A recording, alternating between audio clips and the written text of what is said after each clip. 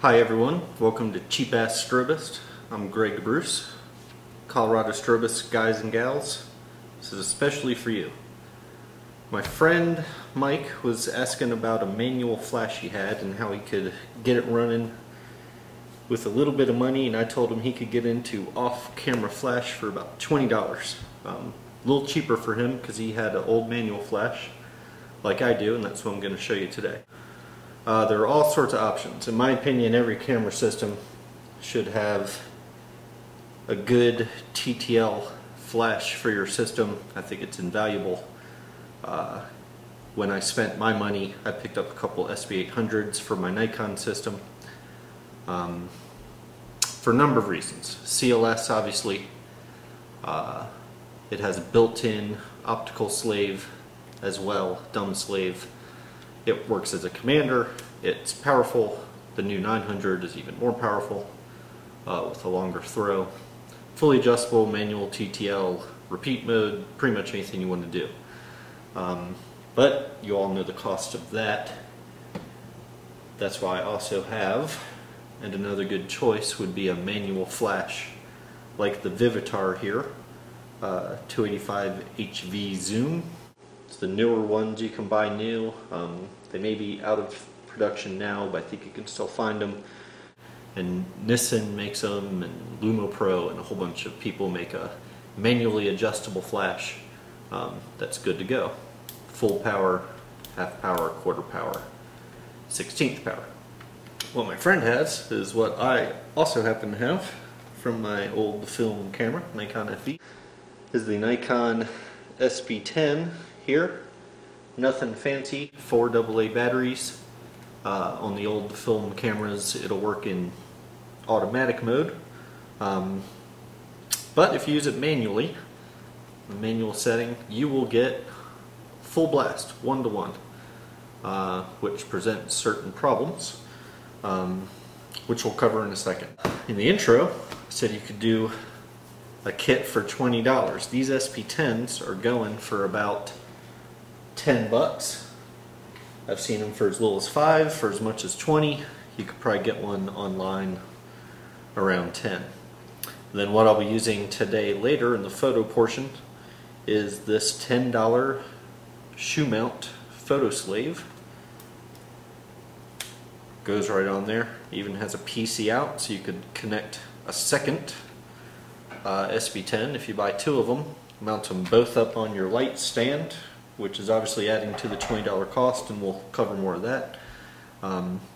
Thereby doubling your power, going 1 step up. Add 2 more for 4 flashes, and you're now 2 steps up from the original. $10,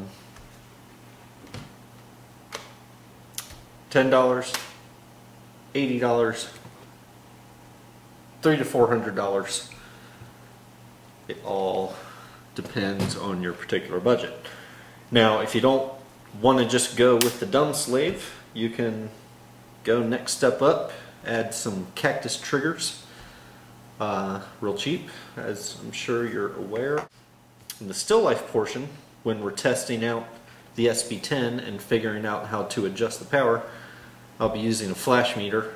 You can always go histogram style, that sort of thing. And in future videos I might go over some other modifiers, a $1 Gary Fong sphere, which is really nice. It actually cost me $1.25 because of tax. The Roscoe Lux pack comes like this. I pop that plastic piece out and sort of divide them into different colors, rubber banded together so you can get to them a little easier. So if you have this flash here,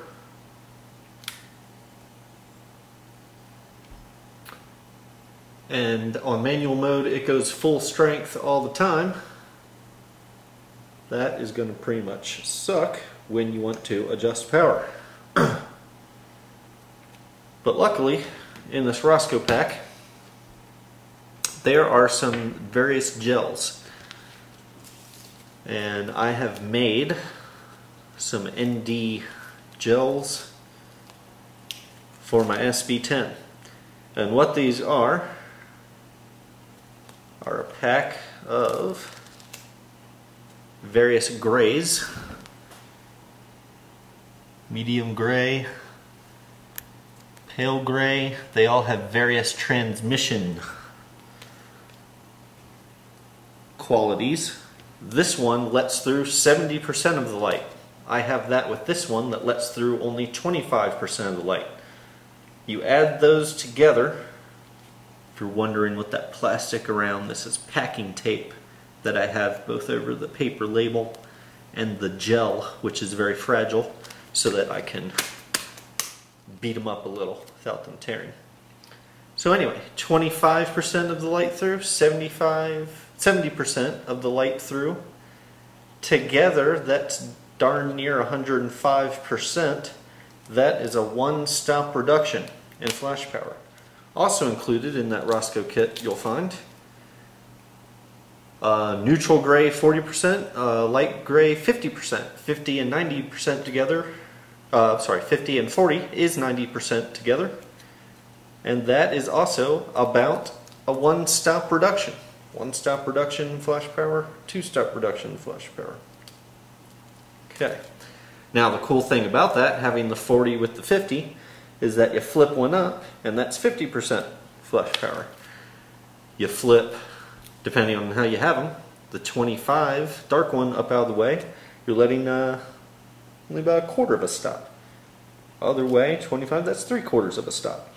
So together, doing your math with stops, which is very confusing, you can get one stop, two stops, half stop, third stop, 3/4 of a stop, all on your flash, which I use again this vinyl gaffer's tape to attach over. Bend that down a little so it covers the flash. You can put another piece of tape to hold it securely, and when you flash, flash is reduced. Put on another stop, that's 2 stops down, flash is reduced. Pretty neat. Pretty neat that they have all those. They also have diffusion material, just straight opaque diffusion material.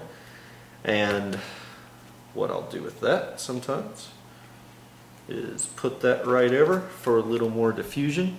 Loses about a third of a stop according to my meter. And then I'll shine that into an umbrella and that helps diffuse the light better. Again, it's clear packing taped so that it's durable, and I have this tape which just stays on here for attachment. Now I'm going to stop for a break for Reese's and set up a shot.